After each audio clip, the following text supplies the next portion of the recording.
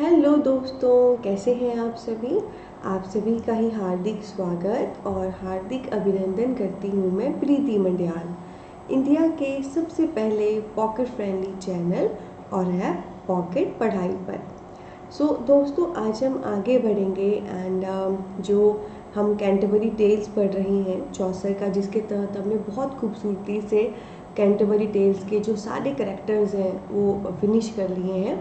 उसमें हम आज आगे बढ़ेंगे एंड जो स्टोरीज़ हैं जो उन करैक्टर्स ने बताई हैं, जिसके इर्द गिर्द पूरा कैंटरबरी टेल रिवॉल्व कर रहा है, उसे हम बारी बारी से लेना शुरू करेंगे। ठीक है, और बहुत मस्ती होने वाली है इस रोलर कोस्टर राइड में। बहुत फन के साथ सारी हम स्टोरीज़ पढ़ने वाले हैं और एग्जामिनेशन पॉइंट ऑफ व्यू से जो भी हमारे काम की चीज़ें हैं उन्हें हम करने वाले हैं। तो सभी अपनी सीट की पेटियां बांध लें।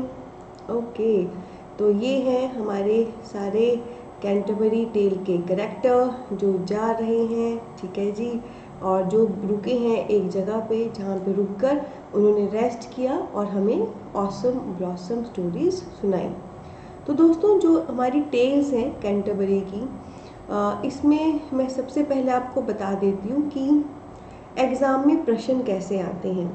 तो जितने भी करैक्टर्स हैं ऑलमोस्ट हर करैक्टर ने ही स्टोरी सुनाई है इसमें, और ऐसा नहीं है कि सारी की सारी 100% जितनी स्टोरीज़ हैं सारी हमें एग्जामिनेशन पॉइंट ऑफ व्यू से करनी है, पर फिर भी काफ़ी सारी हैं स्टोरीज़ जो टेल्स जो हमने करनी है।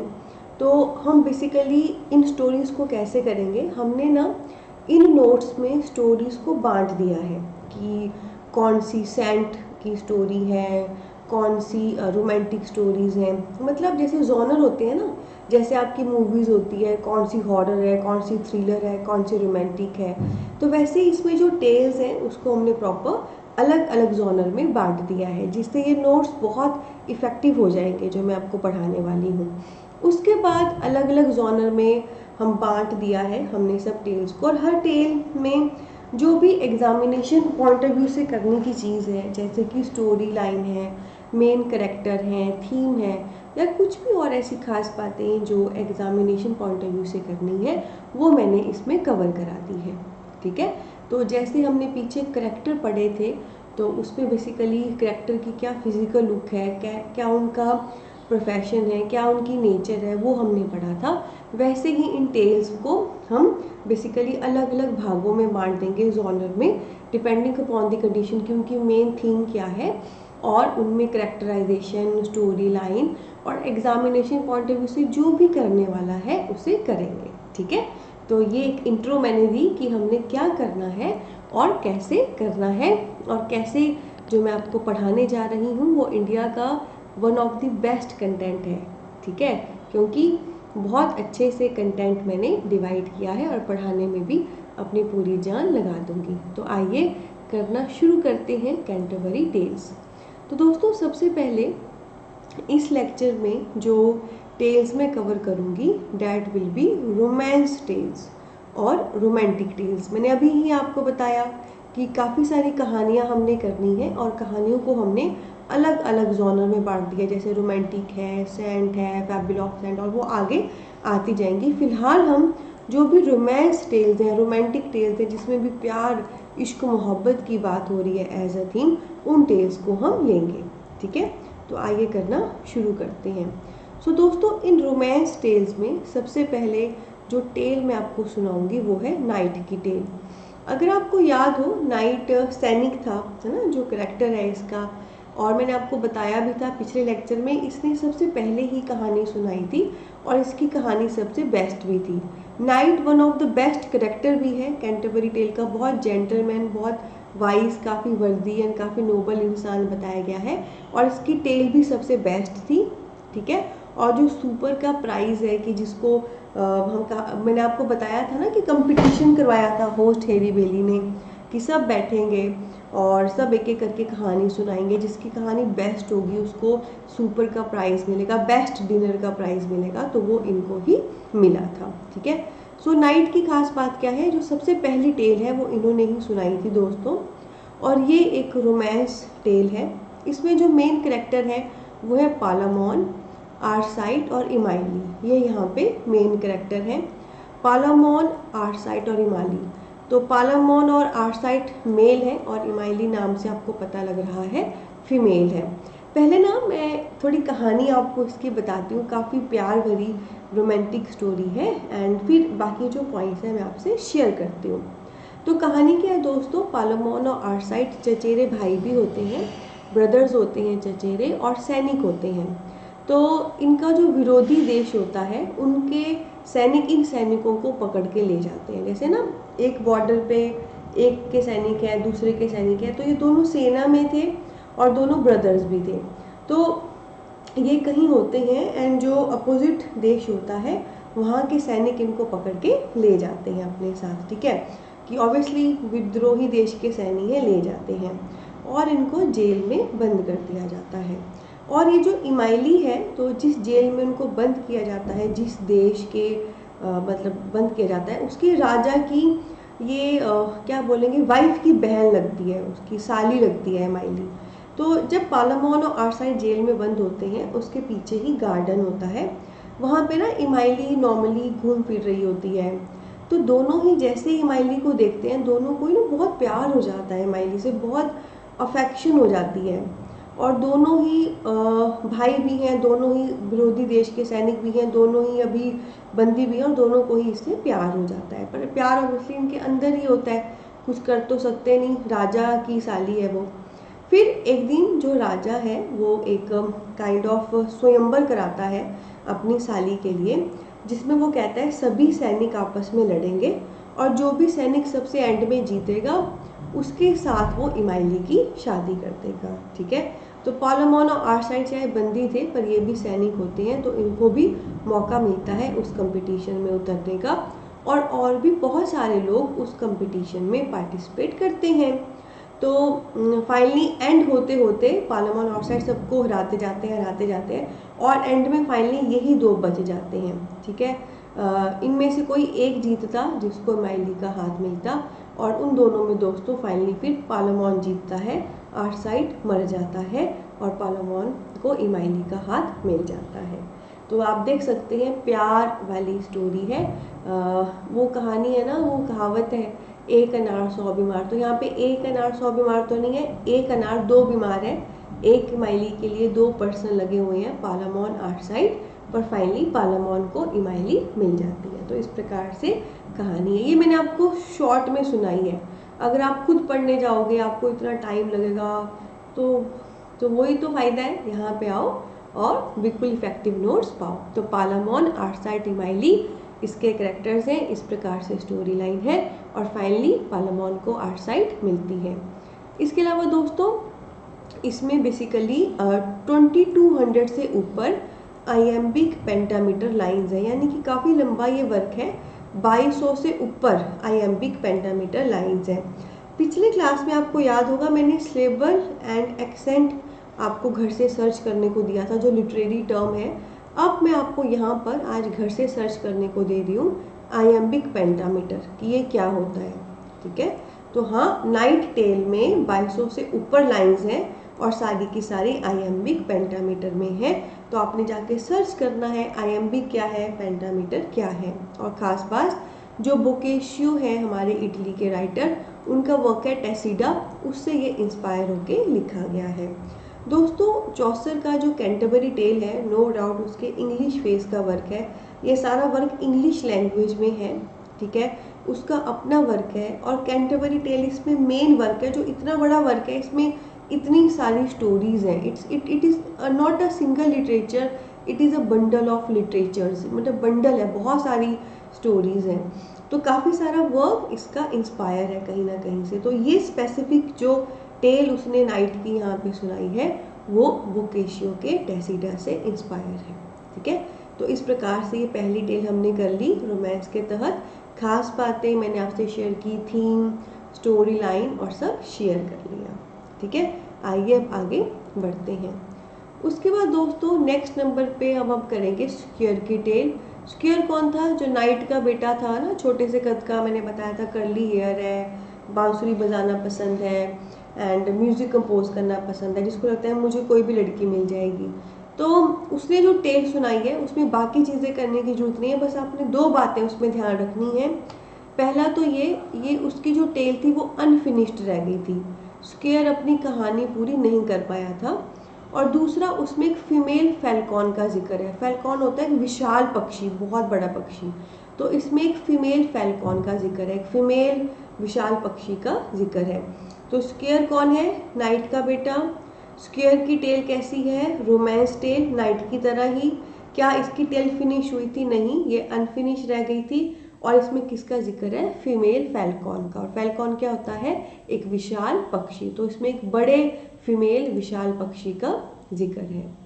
उसके बाद दोस्तों थर्ड हमारे पास यहाँ पे है वाइफ ऑफ बाथ की tale. If you do remember, wife of Bath वो करेक्टर था, मैंने कहा था पहला फेमिनिस्ट करेक्टर है, ये 5 शादियां कर चुकी थी, छठी की तलाश में आई थी। इसको लगता है कि मुझे सब पता है कि प्यार में क्या होना चाहिए। तो प्यार, तो इसका वर्क भी जो है प्यार पे, रोमांस पे ही आधारित है। तो आइए मैं पहले इसकी कहानी आपको पूरी बताती हूँ, फिर ये भी जो भी सारे पॉइंट्स हैं ये एक एक करके आपको समझा दूंगी, तो ध्यान से सुनना, बहुत इंटरेस्टिंग स्टोरी है। एक बार एक सैनिक होता है और उससे एक बहुत बड़ा अपराध हो जाता है। तो मतलब उसने बहुत बड़ी कुछ गलती कर दी होती है और उसको राजा के सामने पेश किया जाता है। राजा कहता है कि तुझे हम फांसी पे चढ़ा देंगे, तूने बहुत गलत काम किया है। तो बदले में रानी कहती है कि नहीं रुको राजा, इसकी सज़ा मैं डिसाइड करूँगी। ओके, फिर वो सैनिक रानी की तरफ देखना शुरू कर देता है। रानी उसे कहती है कि मैं तुझे पूरे 1 साल का समय देती हूँ, तू साल में ये पता कर कि एक फीमेल को एग्जैक्ट क्या चाहिए होता है। अगर तूने इसका उत्तर दे दिया तो तेरी जान बच जाएगी, नहीं तो साल के बाद जिस दिन तू आएगा तेरे पास उत्तर नहीं हुआ, उस दिन ही तेरा सर कलम कर दिया जाएगा, तुझे सूली पे चढ़ा दिया जाएगा। एक तरफ सैनिक बहुत खुश भी होता है कि उसको एक मौका मिल गया, अपनी जान बचाने का एक मौका मिला है, और दूसरी तरफ वो थोड़ा सा परेशान भी होता है कि एक औरत को क्या चाहिए, वो इस प्रश्न का उत्तर कैसे ढूंढेगा। पर फिर भी ना, वो उसकी जान बच गई है, उसमें वो बड़ा खुश होता है, वो निकल जाता है। वो बड़ी कोशिश करता है कि वो फाइनली पता लगाए कि एक वुमेन की अटमोस्ट डिज़ायर क्या है। और फाइनली पूरा साल ख़त्म हो जाता है और वो दिन आता है जब उसे वापस राजमहल जाना होता है और उसके पास उसका उत्तर नहीं होता। जब वो फाइनली राजमहल वापस जा रहा होता है, वहाँ पे उसको एक झोंपड़ी सी दिखती है पुरानी सी, और वहाँ पे एक बूढ़ी सी औरत होती है। वो बूढ़ी सी औरत उसको पूछती है तो इतना उदास क्यों है, क्या हुआ है तुझे? तो वो ऐसे ऐसे बताता है कि ऐसे ऐसे मुझे प्रश्न बोला था, मेरे को उसका उत्तर नहीं मिल रहा, अब नहीं मिल रहा है तो मुझे जाकर मार देंगे। तो वो कहती है तू फिक्र मत कर, मेरे को साथ लेके चल, मैं तेरे इस प्रश्न का उत्तर दूंगी। अगर तेरा उत्तर सही हो गया, तेरी जान बच गई, तो जो मैं बोलूँगी तुझे मानना पड़ेगा, और अगर नहीं बची तो ऐसे तो तू मर ही रहा है, कोई प्रॉब्लम नहीं है। तो फाइनली वो उस बूढ़ी औरत को लेकर वहाँ जाता है। फिर रानी वहाँ पूछती है कि हाँ बता, क्या उत्तर लाया तू ढूंढ के? तो वो बूढ़ी औरत उसके कान में कहती है कि इसको बोल कि एक औरत की सबसे बड़ी डिज़ायर है कि शादीशुदा लाइफ में सिर्फ उसकी चले, उसके अकॉर्डिंग ही उसका पति काम करे और कुछ भी और ना करे। ठीक है, ये वो कहती है। जैसे ही वो ऐसा कहता है और रानी एकदम खुश हो जाती है कि हाँ बिल्कुल सही तूने कहा, कि यही तो एक औरत को चाहिए कि शादीशुदा लाइफ में औरत की ही चलनी चाहिए, और वो उसको फ्री कर देती है, उसकी जान बख्श देती है। फिर बदले में अब जान तो बख्श दी, अब वो बूढ़ी औरत ने क्या कहा था, अगर प्रश्न का उत्तर सही हो गया, जान बच गई, तो जो मैं कहूँगी उसको उसके अकॉर्डिंग चलना पड़ेगा। तो वो बोलते हाँ बता अब तेरी क्या शर्त है? उसने बोला तुझे मुझसे शादी करनी पड़ेगी। तो वो बेचारा कुछ और कर तो सकता नहीं था, उसकी जान बच गई थी, तो वो एग्री करता है कि ठीक है मैं कर लेता हूँ तेरे साथ शादी। फिर वो बूढ़ी औरत उसको 2 ऑप्शन देती है कि देख, मैं ना एक जादूगरनी हूँ, ठीक है, अगर तू मुझे इसी बूढ़े रूप में स्वीकार करेगा तो मैं तेरे साथ लॉयल रहूँगी, ठीक है, पर मैं बहुत खूबसूरत भी हो सकती हूँ, पर अगर मैं बहुत खूबसूरत हो गई तो मैं तेरे प्रति लॉयल नहीं रहूँगी, ठीक है। तो उस केस में ना वो सैनिक कहता है कि नहीं, तू बूढ़ी ही रह पर तू लॉयल रहे। और ऐसा सुनते ही वो बूढ़ी विच एकदम सुंदर लड़की में बदल जाती है, ठीक है, और उसको एक सुंदर लड़की से शादी करने को मिलता है। पूछो क्यों? क्योंकि वो लड़की इतनी खुश हो जाती है कि इसको मेरी खूबसूरती से कोई लेना देना नहीं है, मैं बूढ़ी ही सही बट इसको लॉयल्टी चाहिए। और फाइनली यहाँ पे भी वही बात प्रूफ होती है कि एक लड़की जैसी है आप उसको उसी रूप में स्वीकार करोगे, यही लड़की चाहती है। तो ये पूरी स्टोरी वाइफ ऑफ बाथ ने बताई है, शादी से रिलेटेड, वुमेन क्या चाहती है उससे रिलेटेड, ठीक है। वही वाइफ ऑफ बाथ जिसने 5 शादियाँ ऑलरेडी की है, और कैंटरबरी टेल में वो कहती है मैं छठी की तलाश में आई हूँ, है ना। काफ़ी इंटरेस्टिंग सी स्टोरी है, जिसने उसकी जान बचाई, जिस पॉइंट की वजह से वो से मिला उसने उसकी ज़िंदगी बदल दी। सो दोस्तों ये उसकी पूरी स्टोरी लाइन है कि कैसे रानी का प्रश्न था वुमेन की सबसे बड़ी डिज़ायर क्या है, फिर वो विच कैसे उसकी हेल्प करती है कि सुप्रीमेसी होगी मैरिज में, औरत का पलड़ा भारी हो ये चाहती है, और कैसे कैसे एंड में उसके साथ विच की शादी हो जाती है। तो पूरी स्टोरी लाइन है, ठीक है। यहाँ पे कुछ भी हो वुमेन की सुप्रीमेसी की बात की गई है। तो इस प्रकार की कहानी को ना हम मिनिएचर अर्थेरियन रोमांस कहते हैं, ठीक है। रोमांस हो गया, रोमांटिक तो है, प्यार इश्क मोहब्बत इसमें है। अर्थेरियन शब्द जहाँ पे आ जाए वो सैनिक की स्टोरी होती है, जहाँ कहीं किसी नाइट किसी सैनिक की आपको स्टोरी मिले वो अर्थेरियन होती है। जैसे इसमें भी वो सैनिक ही है जिसके इर्द गिर्द पूरी स्टोरी घूम रही है। मिनिएचर हो गया शॉर्ट फॉर्म, तो ये कोई बहुत बड़ी स्टोरी नहीं है, सैनिक को लेकर छोटी सी स्टोरी है, ठीक है। तो इस प्रकार की स्टोरी को we can say miniature Arthurian romance. Miniature हो गया शॉर्ट फॉर्म वाली स्टोरी, अर्थेरियन हो गया जिसमें किसी सैनिक की स्टोरी है, रोमांस हो गया जिसमें रोमांस इश्क मोहब्बत प्यार है, ठीक है। क्लियर हुआ? तो ये है हमारा वाइफ ऑफ बाथ जो रोमांटिक टेल है। उसके बाद दोस्तों नेक्स्ट हमारे पास यहाँ पे रोमांटिक टेल है क्लर्क की टेल, ठीक है। देखो वाइफ ऑफ बाथ ने कहीं ना कहीं बताया कि एक औरत को शादी में क्या चाहिए, ठीक है। तो आपको पता है वाइफ ऑफ बाथ ने कहीं ना कहीं यही बोला कि औरत को होता है कि उसका पलड़ा भारी रहे, उसकी सुनी जाए।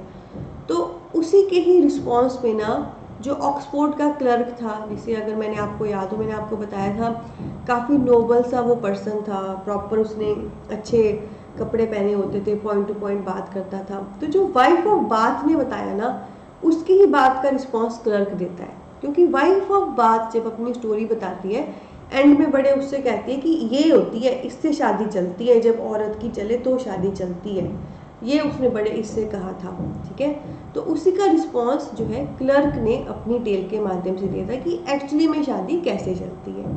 तो बहुत इंटरेस्टिंग स्टोरी है इसकी भी, आइए मैं आपको बताती हूँ। ध्यान रखना वाइफ ऑफ बाथ की स्टोरी का उत्तर क्लर्क ने अपनी स्टोरी से दिया था।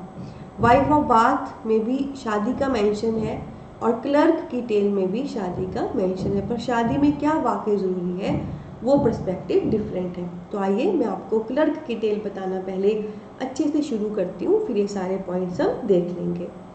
दोस्तों एक्चुअली एक जगह का राजा होता है, मैं एक जगह का नहीं कहूँगी, बहुत सारे देशों का एक राजा होता है, ठीक है, और वो शादी नहीं कर रहा होता है।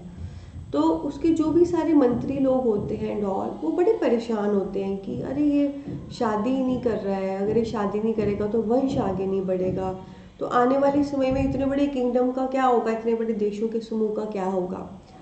तो वो उसके पास जाते हैं एंड वो कहते हैं कि भाई ऐसे ऐसे आप शादी कर लो, मतलब आगे नहीं तो क्या होगा। तो वो कहना मान जाता है और वो कहते हैं कि ऐसे ऐसे उस जगह पे एक किसान है, मैं उसकी बेटी के साथ शादी करूँगा। तो पहले ना सब एकदम शॉक हो जाते हैं कि इतना बड़ा राजा, इतना इसका साम्राज्य, ये कहाँ एक वो छोटे से किसान की बेटी से शादी कर रहा है जिसको 2 वक्त की रोटी भी नहीं मिलती। पर खैर राजा का फरमान होता है और राजा ने उसको देखा होता है लड़की को पहले एक जगह, तो वो उसके पास जाते हैं प्रस्ताव लेके, और उस लड़की का नाम होता है ग्रेसिल्डा, ठीक है। तो राजा उससे कहता है जैसे मैंने तेरे से शादी करनी है। लड़की का बाप तो ऑब्वियसली कौन नहीं चाहेगा राजा से उसकी बेटी की शादी हो, तो पर वो लड़की के सामने एक शर्त रखता है, मैं तेरे से शादी करूँगा, मैं तेरे को अपनी वाइफ बना के लेके जाऊँगा, पर जब कभी मैं जो भी कहूँ तूने उसके हाँ में हाँ मिलानी है। तू कभी भी ज़िंदगी में मुझे किसी चीज़ को लेके मना नहीं करेगी, ठीक है? तुझे सब्र रखना है, तुझे पेशेंस रखनी है। तो ग्रेसिल्डा कहती है ठीक है, जैसा आप कहें मैं वैसा ही करूँगी। तो फिर उनकी शादी हो जाती है। शादी के कुछ समय के बाद उनकी बहुत सुंदर सी प्यारी डॉटर होती है। जैसे डॉटर होती है, जो राजा आता है उस डॉटर को उससे बहुत दूर ले जाता है। उसको पता नहीं होता उसकी बेटी कहाँ पे है। और एक माँ का दिल कैसा हो जाएगा ना अगर हम उसका बच्चा ले लेंगे। पर वो फिर भी कुछ नहीं कहती, वो चुप रहती है। कुछ समय के बाद उनका बेटा होता है, बेबी बॉय। उस बेटे को भी वो कहीं ले जाता है, उसको फिर नहीं पता होता वो बेटा कहाँ पे है, वो फिर भी चुप रहती है। और एक दिन वो कहता है कि मैं तुझे तलाक देने वाला हूँ, मैं नई शादी करने वाला हूँ, ऐसे ऐसे एक लड़की आ रही है। जब वो लड़की आती है, वो ग्रेसिल्डा उसको पूरा तैयार करती है एंड ऑल, फिर भी वो चुप रहती है। ये देख कर तो ना राजा एकदम अचंभित ही हो जाता है कि ये कैसी है। मैंने इसकी बेटी दूर कर दी, इसका बेटा दूर कर दिया, आज मैं दूसरी शादी करने जा रहा हूँ तब भी इसने कुछ नहीं बोला। वो उसके सामने ऐसे हाथ जोड़ के बैठ जाता है और वो बोलता है कि ये जिसको तू ब्राइड के तौर पे तैयार कर रही है ये और कोई नहीं, ये मेरी बेटी है, हमारी बेटी है। और मैं शादी नहीं करनी मुझे इससे, मैं तो तेरी पेशेंस परख रहा था, ठीक है? और मेरी पेशेंस पे तो बिल्कुल खरी उतरी है। और एक्चुअली उसने क्या किया होता है, जैसे उसके बेबीज हो रहे होते हैं वो उसको बहुत अच्छे किंगडम में अच्छी परवरिश के लिए भेज देता था, बेटी को भी और बेटे को भी। और जिस लड़की को वो बोलता है जिससे वो शादी करने जा रहा है, एक्चुअली वो अपने बच्चों को ही वापस बुला रहा होता है, पर वो अपने वाइफ के सामने ऐसे प्रिटेंड करता है कि वो शादी करने जा रहा है। और फाइनली उस पेशेंस की वजह से वो उसको बहुत प्यार, इज्जत और मान देता है। तो क्लर्क ने कहीं ना कहीं अपनी स्टोरी में बताया है कि किसी एक के ऊंचे होने से रिश्ता नहीं चलता, बल्कि पेशेंस और सब्र रखने से रिश्ता चलता है। वाइफ ऑफ बाथ ने अपनी कहानी में मैरिज की जो फाउंडेशन बताई, ठीक उसकी अपोजिट क्लर्क ने अपनी उसमें वो फाउंडेशन बताई, ठीक है? तो क्लर्क की टेल में बेसिकली ग्रेसिल्डा की टेल है, ठीक है? और वो बेसिकली कैसे ग्रेसिल्डा का जो हस्बैंड है वो एज अ वाइफ उसकी पेशेंस चेक करता है, वो बताया गया है। और वाइफ ऑफ बाथ का रेफरेंस यहाँ पे है, क्योंकि जो चीज़ वाइफ ऑफ बाथ ने अपनी कहानी में बताई उसका रिस्पॉन्स क्लर्क ने दिया है। मतलब वाइफ ऑफ बाथ में था सुप्रीमेसी की बात और क्लर्क में है पेशेंस की बात। और ये दोस्तों पेट्रार्क से जो है इंस्पायर होके लिखी गई है। पेट्रार्क भी हमारे इटालियन राइटर हैं, है ना? जितनी टेल्स आती जाएंगी ये की फैक्टर्स की स्टोरीज आपको पता लगती जाएंगी और जो जो किससे प्रभावित है वो भी मैं आपको बताती जाऊंगी। तो दोस्तों जैसे ढेर सारे कैरेक्टर्स थे वैसे हम ढेर सारी टेल्स कर रहे हैं, आगे बढ़ते जाएंगे, याद भी होता जाएगा, पर पीछे का रिवाइज जरूर करना है। आगे दौड़ पीछे चौड़ नहीं करनी है। इससे क्या होगा, आगे तो बढ़ते जाएंगे ना, पर पिछला भी आपके दिमाग में बैठता जाए। तो रिवाइज करें ज़्यादा से ज़्यादा। आप बिल्कुल फ्री हैं, आप बार बार रिकॉर्डिंग में ये सेशन देख सकते हैं, ठीक है? जितना आप देखोगे, सुनोगे, पढ़ोगे, उतना आपका दिमाग में ये चीज़ बैठ जाएगी। तो ये है क्लर्क की टेल। उसके बाद दोस्तों last but not the least जो हमारी रोमांटिक टेल है, मतलब पूरी 5 रोमांटिक टेल है प्यार वाली, वो है हमारी फ्रैंकलिन की टेल, ठीक है? फ्रैंकलिन की जो टेल है वो भी हमारी जो है रोमांटिक टेल है। आइए मैं इसको पहले आपको पढ़ा देती हूँ पूरा, फिर मैं आपको जो है इसकी पूरे पॉइंट्स बताती हूँ। फ्रैंकलिन की टेल की खास बात क्या है, जैसे एक लड़की होती है और एक लड़का होते हैं, वो दोनों बहुत प्यार करते हैं आपस में और मतलब 2 साल की कोर्टशिप के बाद वो शादी भी कर लेते हैं। जैसे ही उनकी शादी होती है, अच्छी ज़िंदगी उनकी चल रही होती है, तो उनमें जो पति होता है वो कहता है कि मुझे ना बाहर जाना है, और 7 समुंदर पार। वो बेसिकली सैनिक होता है ऐसे, और मुझे और अच्छा सैनिक के सारे वो अस्त्र शस्त्र सिखाने सीखने हैं। तो पत्नी का मन तो नहीं होता उसको भेजने का, पर फिर भी उसको भेज देती है कि चलो उसने सीखना है। फिर जब उसका पति चल जाता है ना, वो बड़ी उदास सी रहने लगती है। जिस समुद्र के से होके वो गया था वहीं बैठी रहती है। उसको हमेशा डर लगा रहता है, कितनी बड़ी बड़ी चट्टानें हैं, कुछ हैं, जब उसकी जहाज़ वापस आएगा, वो जहाज़ कहीं टकरा ना जाए, मेरा पति मर ना जाए, मतलब ये। और उस दौरान एक और पर्सन होता है स्क्वेयर, वो भी एक सैनिक ही होता है, वो उसको बहुत चाहता है, ठीक है। तो वो एक दिन उसको फाइनली प्रपोज कर देता है कि भाई ऐसे ऐसे मैं तेरे को बहुत चाहता हूँ, तू मेरी हो जा। तो वो एकदम गुस्सा हो जाती है उसको, और वो कहती है कि तू ना ये सारे पत्थर अगर समुद्र से ख़त्म कर देगा ना तो मैं तेरे से शादी कर लूँगी। और ये सुन के ना वो अचानक से बेहोशी हो जाता है कि ये इसने क्या बात कह दी, इतनी बड़ी बड़ी चट्टानें समुद्र से मैं थोड़ी ना ख़त्म कर सकता हूँ। एक्चुअली जब वो लेडी ऐसा कहती है, उसके मन में सिर्फ ये होता है कि मेरा पति सेफ्टी के साथ आ जाए, कोई बाधा ना बने, जहाज टकराए ना। और जब उसको वो कहती भी है तेरे से कर लूँगी ऐसा करते, अब उसके माइंड में वही होता है, और वो बेहोश हो जाता है। और पीछे से ना ये सारी बातें जिसने उसको प्रपोज किया होता है उसका एक भाई सुन रहा होता है। वो बेहोश हो गया, वो लड़की चली गई, वो भाई उसको उठा के ले आता है, उसको होश में लाता है, और वो फिर पूरी उनकी आपस में बात होती है। तो वो कहता है उसका भाई कि ऐसे ऐसे ना एक जादूगर है, तो पैसे तो काफ़ी ठीक ठाक लेता है, पर अगर हम उससे कहेंगे तो वो कर देगा तेरा ये काम। बोलता अच्छा ऐसा है। तो वो जादूगर के पास जाते हैं, और वो काफ़ी बड़ी पैसों की डिमांड करता है। वो अपनी बोलते हैं कि मैं सारी प्रॉपर्टी गिरवी रख दूंगा एंड ऑल, तू कर दे। और फाइनली वो जादू परफॉर्म करते हैं और सारे पत्थर गायब हो जाते हैं समुद्र से, ठीक है। फिर वो जाता है उसके पास कि भाई तूने ऐसा ऐसा कहा था समुद्र से पत्थर गायब करने हैं, सारे गायब हो गए, अब तू मेरे से शादी कर ले। यहाँ पे उसने ऐसा बोला ही होता है, और अचानक से उसका पति वापिस आ जाता है। वो बड़ी धर्म संकट में हो जाती है कि मेरा पति वापस आ गया, ये तो मैं चाहती थी, और यहाँ मैंने कमिटमेंट भी कर दिया है। वो बड़ी परेशान सी होती है। फिर उसका पति पूछता है कि क्या हुआ, तो इतनी परेशान क्यों है, क्या हुआ है। फिर वो पूरी बात बताती है कि भाई ऐसे ऐसे मैंने ना उसको कमिटमेंट दिया था और उसने ऐसा कर दिया। तो उसका पति कहता है कि कोई नहीं, तू जा, तू अपना कमिटमेंट निभा। और वो पत्नी फिर उसके पास आ जाती है, वो उसको आके ऐसे ऐसे बताती कि मेरे पति ने कहा अपना कमिटमेंट निभा।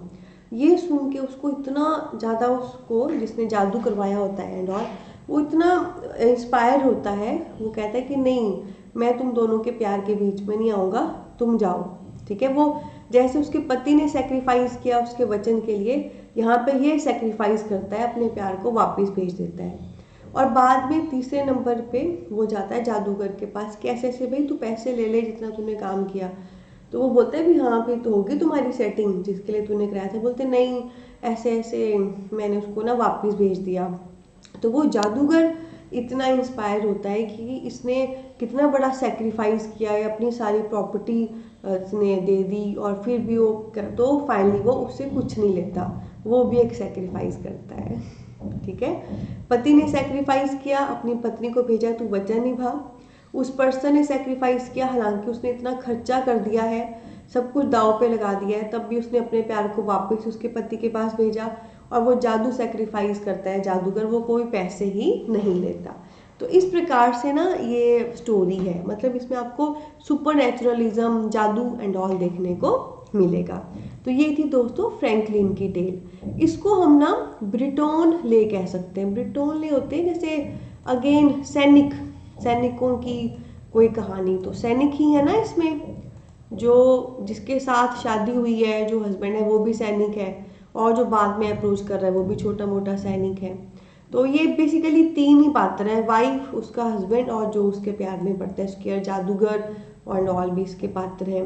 और दोस्तों इसमें मैरिज की ना मतलब टू एक्सट्रीम कंडीशन बताई गई है कि एक, जब आप शादीशुदा हो पर अपने पार्टनर के पास हो, और दूसरा आप शादीशुदा तो हो पर अपने पार्टनर से दूर हो, तो कितना बुरा हो जाता है, कितना दिमाग का दही हो जाता है। जैसे वो कितना डिप्रेस हो गई थी, पागलों जैसी हो गई थी, ना खा रही थी ना पी रही थी, ठीक है। और दोस्तों ये एक इंग्लिश वर्स रोमांस है। इंग्लिश का मतलब हो गया इंग्लिश लैंग्वेज में है, वर्स हो गया रिदम, जैसे प्रोज में हम पैराग्राफ में लिखते हैं, वर्स होता है रिदम, पोयम में है। रोमांस यानी कि ये रोमांस है, इसमें प्यार इश्क मोहब्बत है। और दोस्तों इसमें बेसिकली 206 लाइन्स हैं, 206 लाइन्स हैं, वो भी राइम वर्स में, ठीक है। तो इसमें आपकी जो है 206 लाइन्स हैं, 206 लाइन्स है, तो बहुत बड़ा वर्क नहीं है, 206 लाइन्स है, 206 लाइन्स हैं, ठीक है। और साथ में दोस्तों ये एक बर्लेस्क भी है, बर्लेस्क क्या होता है, जब हम किसी को बहुत ह्यूमिलेट करते हैं, किसी की बड़ी ज़्यादा काइंड ऑफ बेइज्जती, काइंड ऑफ ह्यूमिलेशन करते हैं। तो यहाँ पे आप देख ही सकते हैं, जब जो उसको प्यार करता है, उसकी ज़िंदगी में आने की कोशिश करता है, तो वो एक मोमेंट ऐसा होता है, वो कितना उसको ह्यूमिलेट करते हैं, तो सारे पत्थर हटा दे तो मैं तेरे से शादी करूँगी, या उस प्रकार का। तो उस प्रकार का एक एक्सट्रीम लेवल पे जाके इरिटेट करना, वैसी थीम इसमें मौजूद है। और दोस्तों साथ में हैरी बेली जो होस्ट होता है, जिसने ये पूरा कार्यक्रम अरेंज कराया होता है कि सारे बैठो स्टोरी सुनाओ जो बेस्ट होगी, वो इस कहानी के बीच में एकदम से बोलता है, no more of this for God's dignity, भगवान के लिए ऐसा और कुछ नहीं। क्योंकि ना इसमें एक्चुअली इतने उतार चढ़ाव आ रहे होते हैं ना, जैसे वो बड़ी उदास हो गई है, मरने वाली हो गई है, उसका पति दूर है, या उसने बोला कि पत्थर दूर कर दे, वो बेहोश हो गया, या मतलब एकदम इसमें इतने सस्पेंस आते हैं ना पॉइंट टू पॉइंट। मैंने तो आपको एकदम से सारी सुना दी कि जैसे हैरी बेली के पॉइंट ऑफ व्यू से, लिसनर के पॉइंट ऑफ व्यू से बोला गया कि भगवान के लिए ऐसी स्टोरी ना सुनाओ जो धक धक कर दे, एक टेंशन सी दे दे कि अब आगे क्या होगा, कुछ बुरा ना हो जाए।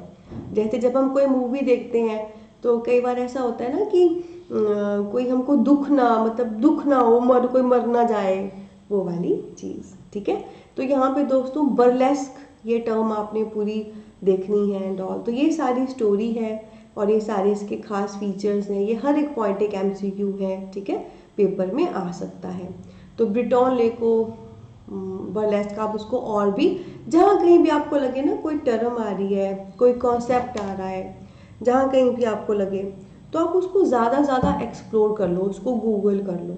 ठीक है, मैं तो बता ही दूंगी, मैं तो समझा ही दूंगी सरल शब्दों में, पर मैंने क्या कहा था, पेपर में प्रश्न आते हैं, स्टेटमेंट आती हैं, तो कई बार जो समझा होता है ना, उस वजह से आप प्रश्न का उत्तर नहीं दे पाते, बल्कि जितना ज़्यादा आपने रीड किया है, चीज़ें पढ़ी हैं, उस वजह से आप प्रश्न का उत्तर दे पाते हो। ठीक है, तो ज़्यादा से ज़्यादा रीड करिए, पढ़िए और आगे बढ़िए। ठीक है, और मैंने 5th पॉइंट को लेकर कहना है, जैसे मैंने इसमें कहा, इसमें 206 लाइन है राइम वर्स में। तो क्या ये राइम रॉयल वर्स में है या कैसी वर्स में है, मतलब ठीक है वर्स है, पोइट्री है, पर कौन से वाले पैरे हैं, क्या राइम रॉयल वर्स है या नॉर्मल पैरे हैं, और कौन से पैरे हैं अगर हैं तो आप जरूर बताइए। जैसे कोई भी कविता है, या तो कपलेट में होती है 2 लाइन के पहरे, टर्जा राइमा 3 लाइन के पहरे, क्वार्टरेट 4 लाइन के पहरे, राइम रॉयल वर्स में 7 लाइन के पहरे होते हैं। तो इसमें कितनी कितनी लाइंस वाले पहरे हैं, ये आपने जरूर देखना है। ठीक है, सो दोस्तों इसके साथ हमारी जो पहला पोर्शन है टेल्स का, रोमांटिक टेल्स, वो फिनिश होती हैं। आने वाली क्लास में अब हम लेंगे सेंट और पायस टेल, यानी कि जो संत महात्माओं की लाइफ पे आधारित टेल्स हैं। तो कैसा लगा आपको? अच्छा लगा है तो सेशन को जरूर थम्स अप दें, प्यार दें, हमारे चैनल पॉकेट पढ़ाई को सब्सक्राइब करें, और बहुत खूबसूरत परिवार है हमारा फेसबुक, इंस्टा, टेलीग्राम पे, हमें वहाँ पे ज़रूर फॉलो करें। लिंक वीडियो के डिस्क्रिप्शन के साथ दिए गए हैं। बहुत सारा प्यार, बहुत सारी ब्लेसिंग, ऐसे ही कट जाएं पढ़ाई के रास्ते हंसते हंसते। Thank you.